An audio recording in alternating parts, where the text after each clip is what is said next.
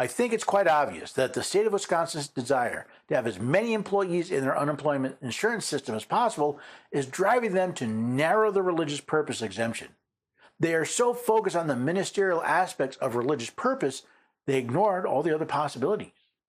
Many years ago, it came to my attention that a missionary group our church supported had their website hacked and was taken down by the group. Since I had both the skills and resources, I offered to build and host a website for them until they could get their system up and running again. Did I do that to proselytize? Was my purpose to educate? No. I simply saw a religious organization that needed help that I was in the position to provide. Was that a religious purpose? Mr. Roth kept coming back to the idea was to minimize religious entanglement, to keep the state out of doctrinal debates. He seemed to forget that doctrinal debate may include more than simply worship, conversion, or education. What about the doctrinal debate around abortion, end-of-life care, helping the poor, etc.? Is the state allowed to put a fence around certain activities and label them religious purposes without considering why the people engage in those activities?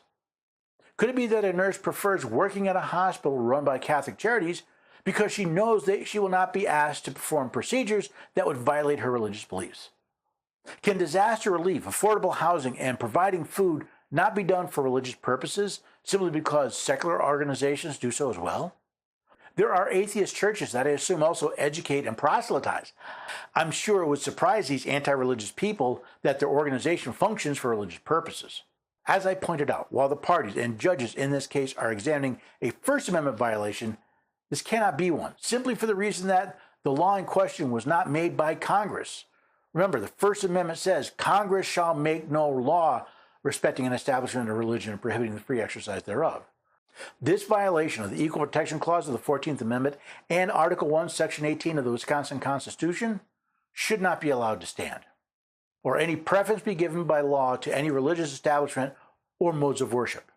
Beyond that, the fact that the Wisconsin Supreme Court ignored the very Constitution that created them should be of great concern to each and every citizen of that state. I hope they work to rectify the situation quickly.